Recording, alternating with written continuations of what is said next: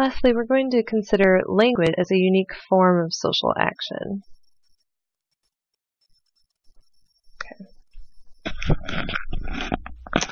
If we're thinking about how society and our culture shapes our perspectives of the world, which we've been talking about a bit, rites of passage are a form of social action that can help us understand how this can be happening. And social action can lead to social change. But we have some other ways of thinking about this as well. We can think of language as a form of social action. It's also a social artifact. But if we back up for a minute, language is often thought of as just descriptive. And this approach sees labeling as a system. And it overlooks the way that people are creative with language and the way that language is actually used. So one of the important notions about language that Robbins actually brings up is the Sapir-Whorf hypothesis. And so it's not really as much a hypothesis now as a concept about language, in which there is an explicit link between the grammar of a language and the culture of the people who speak the language. Can really kind of generalize from this and think that the basic argument is that culture shapes language and language shapes our perceptions of the world. If you've ever read 1984 by George Orwell, he gives us an example of this. The regime takes over the world using Newspeak by altering the English language. They want to eliminate all words that connote negativity and effectively limiting the ability to critique the government. And they think if they take away those words, they can take away the thoughts linked to that word, to those words. And the characters in the book explore that notion quite a bit. Vocabulary is shaped by our culture, as described in Robbins in the chapter. And he talks about the Inuit snow example, which is commonly discussed but usually misunderstood in some ways. So for the Sapir-Whorf hypothesis, what's important here is to note the idea that there's this connection between language and thought. And there are different extremes. If you take a linguistic anthropology class, you'll learn about these extremes in terms of what people say this link might be. On the one hand, just in brief, on the one hand you might say language determines thought.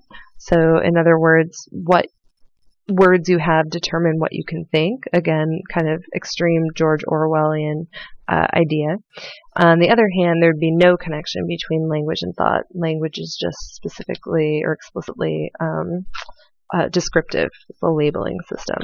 And most anthropologists fall somewhere in between, saying that there is some kind of connection between these two. The type of language we use goes beyond description and instead guides the user to consider their environment in a certain way. An example of this is metaphor. So you've probably learned in an English class at some point that a metaphor is a relationship of similarity between two unlike things. So an example could be using the terms hawk and dove when talking about politicians, or to say her hair was white as snow, or something like that, would be a relationship that draws a similarity between hair and snow, even though hair and snow are not actually alike. One of the ways that this has been discussed regarding language and thought is to notice that we use certain types of metaphors to describe whole domains of experience. So I have this image from Calvin and Hobbes, of Calvin arguing with his friend, and one of the ideas, or one of the metaphors that people have noted, is this idea that argument is war. This might actually be discussed in your book. I can't remember if it's covered or not in this chapter. And this kind of notion leads us to think of argument in this specific kind of way. So if we if you think about the kinds of words we use to talk about our arguments, we talk about someone winning an argument or losing an argument or needing to defend oneself or going on attack in an argument. And all of these ways of talking about argument use this metaphor of war, and that guides the way we actually think about argument. So I'm just looking now, and actually, there is a section in our textbook, the case study, is about the power of metaphor, and there's the picture of linguist George Lakoff, who is the person known for discussing metaphors and their connection to language and thought. And he talks about this example of war in his article, and he says, what if instead of thinking about argument as war, we thought of it as a dance, and we used all kinds of terminology related to a dance when we were talking about war, or talking about argument, and how would that actually shift the way we even think or conceive an argument to be? So that's one way to be thinking about this connection between language and thought, and how it's a form of social action. But I'll get to that in a moment. Another way, or another useful example, is to think about metonymy. So this is a relationship of contiguity, a direct connection between two things that are closely related. So an example is the pen is mightier than the sword. So the pen is directly related to writing, and the sword is directly relating to war, and those terms are used to replace the words writing or war. So we can see these metaphor and metonymy as a form of social action. They both affect each other by associating argument and war, for example. We associate both with the other, and if we change our idea of one of them, we can shift our concept of the other as well. Robbins talks about key metaphors and gives examples of certain key metaphors in various societies. These are metaphors that dominate the meanings people in a specific culture attribute to their experience. According to Robbins, all societies have a key metaphor of some kind. And cross-culturally, we find that key metaphors turn up again and again, often associated with blood, for example. So that's one many of us might be familiar with. In Christianity, blood is associated with life, purity, and sacrifice. You can see this in other societies as well. In the Maya, for example, with bloodletting rituals, and so on. That's the sweatshirt I have up here shows that connection between blood and Christian ideas of sacrifice. So hopefully you can read it. It says, "His blood saved my life."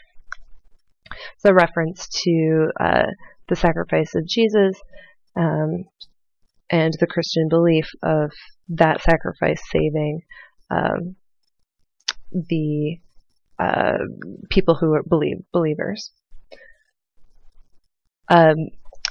Robbins also gives us the example of hunger as a key metaphor, organizing meaning and understandings for the Quack Waka Walk. And he talks about the cannibal dance and that ritual in which this understanding of the world is reinforced.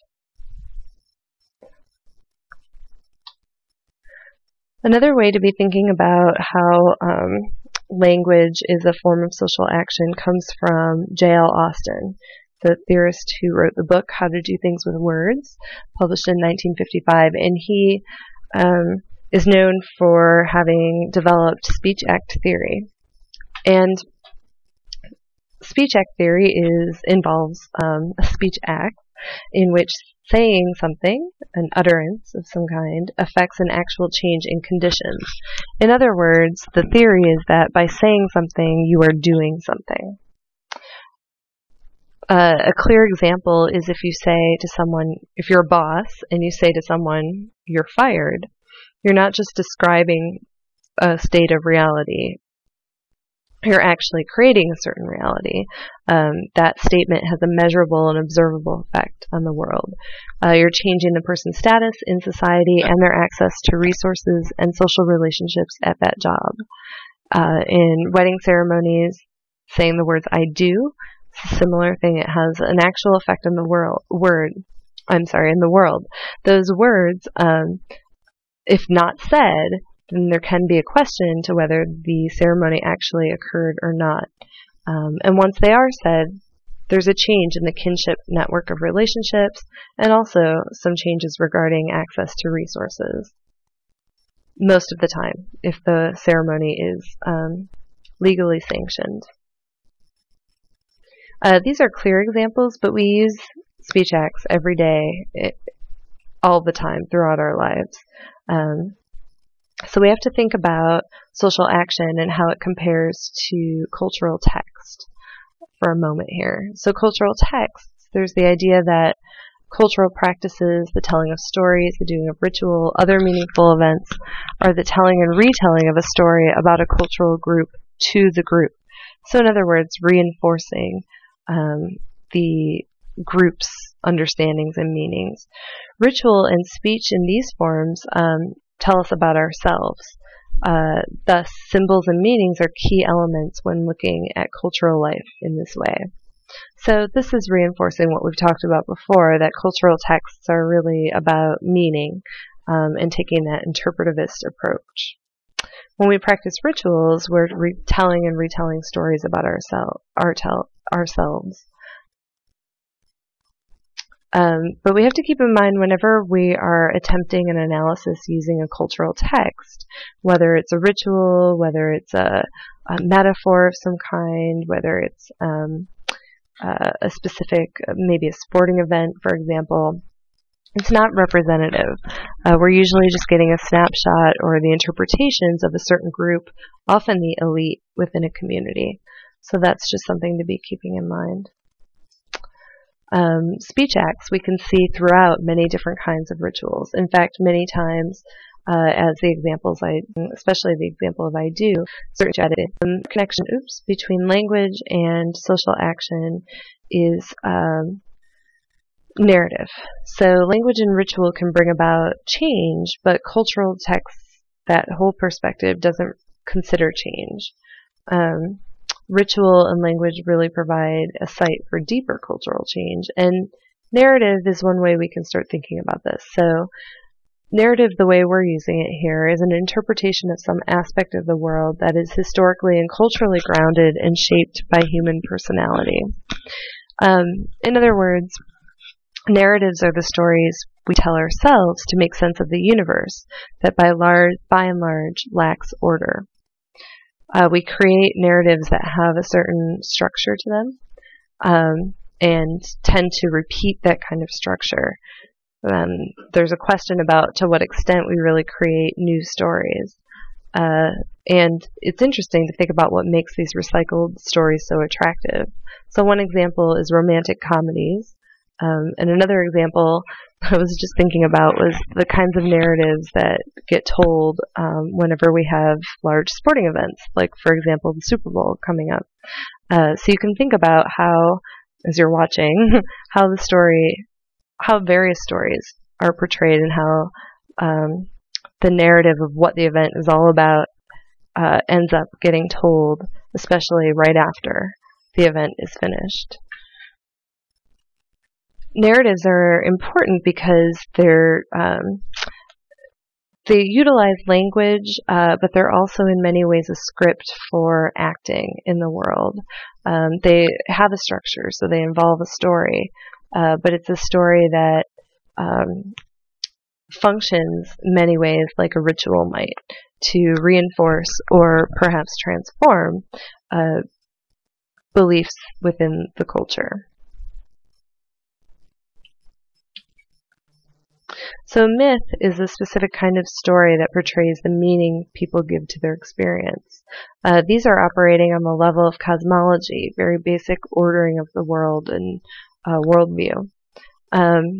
They don't really have a particular time that they happened.